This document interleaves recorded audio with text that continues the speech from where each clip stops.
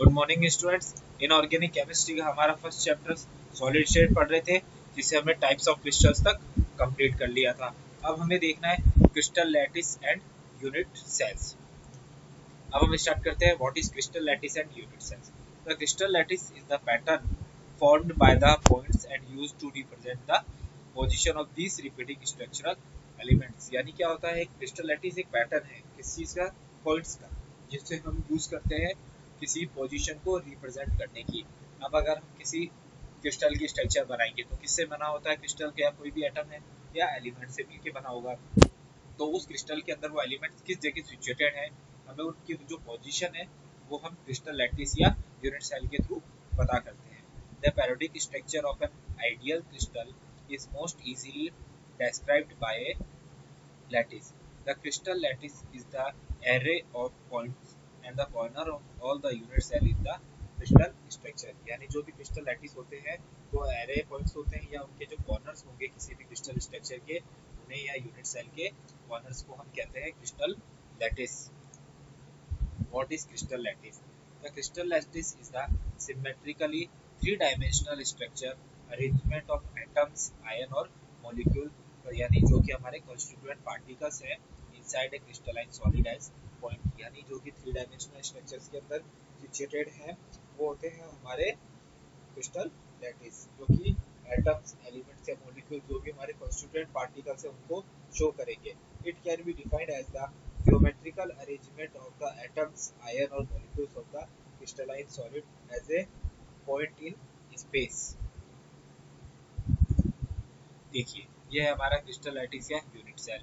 अगर ये हमारा कोई भी क्रिस्टल है उसकी स्ट्रक्चर है हेक्सागोनल, अगर ये रेक्टेंगुलर हमारी किसी भी क्रिस्टल की अगर स्ट्रक्चर बनाई है तो उस क्रिस्टल के स्ट्रक्चर्स में ये जो पॉइंट्स आ रहे हैं ये है हमारे क्रिस्टल लैटिस। ये किसको शो करते हैं, किसी भी एलिमेंट को या उसके कंस्टिट्यूएंट पार्टिकल्स को शो करेंगे। Characteristics of crystal lattice. In a crystal lattice, each atom, molecules और ions is represented by a single point। जैसा कि मैंने अभी आपको बताया, these points are called lattice site और lattice point। Lattice sites और points are together joined by a straight line in a crystal lattice। किससे joint होंगे आपस में, एक straight line से joint होंगे। When we connect these straight lines, we can get a three-dimensional view of the structure। This 3D arrangement is called crystal lattice, also known as Bravais lattice। यानी जो कि हमारी अभी मैंने आपको डायग्राम में बताई थी, थ्री डायमेंशनल स्ट्रक्चर को ये क्या बोलेंगे हम, क्रिस्टल लैटिस बोलेंगे या ब्रेविस लैटिस बोलेंगे। अब आती है हमारी unit cell. Unit cell is the smallest part of the crystal lattice। It is simplest representing unit in a crystal structure। The entire lattice is generated by the repetition of the unit cell in different direction। यानी क्या, जो lattice का भी सबसे smallest part होता है unit cell, जो कि हमारी यूनिट को क्रिस्टल स्ट्रक्चर को प्रेजेंट करने के लिए यूज किया जाता है। अब parameters of unit cell. There are 6 parameters of a unit cell. These are the 3 axes which are A B C and the angles between the axes are alpha beta and gamma. इस तरीके से यानी थ्री साइड्स एबीसी तथा and उनके जो angles हैं alpha beta and gamma, उन तीनों को ऐड करके क्या होगा, हमारे 6 पैरामीटर्स हो गए। The edge of a unit cell may be और may not be perpendicular to each other। देखिए ये हमारे तीनों तो डायरेक्शंस हो गई ए बी सी, और इन तीनों के बीच में जो एंगल्स बन रहे हैं alpha beta and gamma are the parameters of unit cells, और ये है हमारी थ्री डायमेंशनल स्ट्रक्चर। अब आता है types of unit cells. There are two types of unit cells, one is primitive and second is centred unit cells. तो हम centre unit sales भी कितनी है, थ्री टाइप्स की है, body centred unit cells, face centred unit cells and end centred unit cells. अब हम start करते हैं primitive unit cells. When particles in unit cells are present only at the corners it is called primitive unit cells. यानी जो कि सिर्फ corner के ऊपर ही प्रेजेंट होंगे पार्टिकल्स, तो उसे हम बोलते हैं प्रिमिटिव यूनिट सेल्स। और सेकंड आती है centred unit cells. When particles are present at the other positions in addition to those at corner in a unit cell it is called centered unit cells।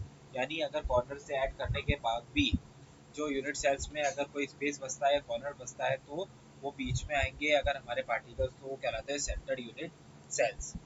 There are three types of centered unit cells. First is body centered unit cells, second is face centered unit cells, and third is end centered unit cells. तो हम सबसे पहले देखते हैं body centered unit cells. If one constituent particles lies at the center of the body of the unit cell, in addition to the particles lying at the corner, it is called body centered unit cell. यानी जो कि हम centered unit cell है उसमें क्या होगा, जो primitive unit cells यानी जो कॉर्नर पे पार्टिकल्स अवेलेबल थे उसके अलावा कोई भी यूनिट सेल और कहीं पर भी अवेलेबल है तो वो क्या कहलाती है, हमारी सेंटर्ड यूनिट सेल्स. अब सेंटर्ड यूनिट सेल्स में हमने फर्स्ट पढ़ा बॉडी सेंटर्ड यूनिट सेल्स, जो कि बीच सेंटर में अवेलेबल है बॉडी के, तो वो कहलाएगा बॉडी सेंटर्ड यूनिट सेल्स. लेकिन कॉर्नर में तो अवेलेबल होंगे ही, तभी जाके वो क्या होती है, यूनिट सेल्स काउंट होगी. फिर आता है face centred unit cells. If one constituent particles lies at the center of each face besides the particle lying at the corner, it is known as face centered unit cells. यानी जो भी हमारी face होती है यानी एक side है, उस साइड के बी सेंटर में भी अवेलेबल होना चाहिए.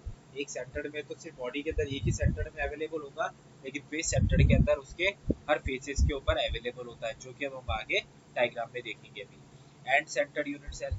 If one constituent particles lies at the center of any two opposite phases besides the particles lying at the corner, it is known as end centered unit cells. It is also known as a-centered unit cell. यानी कि जो particles है वो to opposite phases के बीच में available होगा, तब उसे बोलेंगे एंड सेंटर्ड यूनिट सेल. देखिए, there are 7 types of unit cells formed. These are cubic, tetragonal, orthorhombic, monoclinic, hexagonal, rhomboedral, triangular and trimestal. देखिए, ये हो गया हमारी क्रिस्टल की स्ट्रक्चर. ये सिंपल है, ये बॉडी सेंटर यानी बीच सेंटर के अंदर अवेलेबल है. अब हम सबसे पहले स्टार्ट करते हैं tetragonal lattice. There are two possible types of tetragonal lattice, primitive and body centred unit cells. In this lattice one side is different in length and angle between faces are 90 degree. अगर हमारा simple crystal structure है तो इस तरीके से बनेगी, जिसके अंदर ये कॉर्नर्स के अंदर जो कि हमारे हैं लैटिस पॉइंट्स यानी यूनिट सेल्स जो है हमारी साइड वाली है, ये जो साइड ब्लैकिश है शो, ये हमारी यूनिट सेल्स है.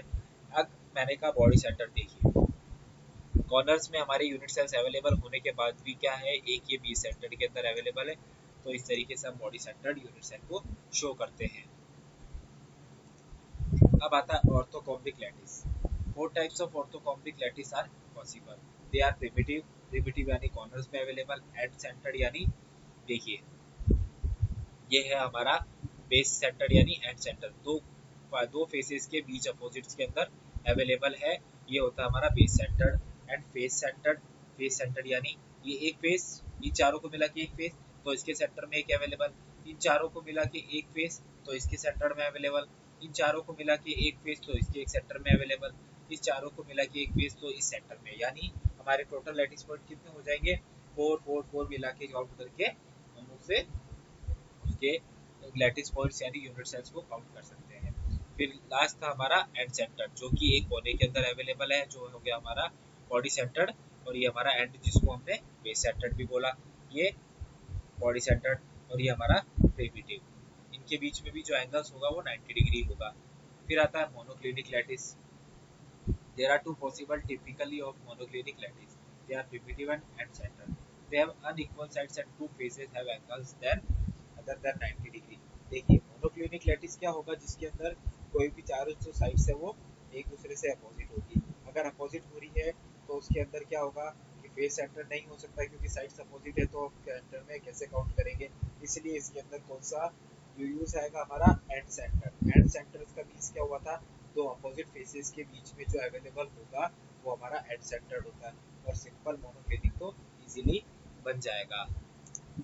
Next is hexagonal lattice. Hexagonal lattice is one type only. It has one side is different in length to the other two and the angle on two faces are 60 degree. ये देखिए, इनके बीच में जो angle होगा वो 60 degree का होगा other angles के कंपैरिजन में. फिर आता है rhombohedral lattice. Only one type of lattice is possible for rhombohedral lattice. It has all sides equal and angle on two faces are less than 90 degree. देखिए, यानी इसकी जो दो साइड्स हैं वो तो क्या हो जाएगी, आपस में सेम रहेगी, बाकी की जो दो है वो एक दूसरे से अलग रहेगी और 90 डिग्री का एंगल बनाएगी। Next is last triclinic lattice. Triclinic lattice has only one type of lattice, it has unequal sides and none of the angles between faces are 90 degree. देखिए फेसेस के बीच में एंगल तो 90 डिग्री होगा, लेकिन एक ही तरह का लैटिस पॉइंट बनाएगा और सारी साइड्स क्या होंगी, अनइक्वल।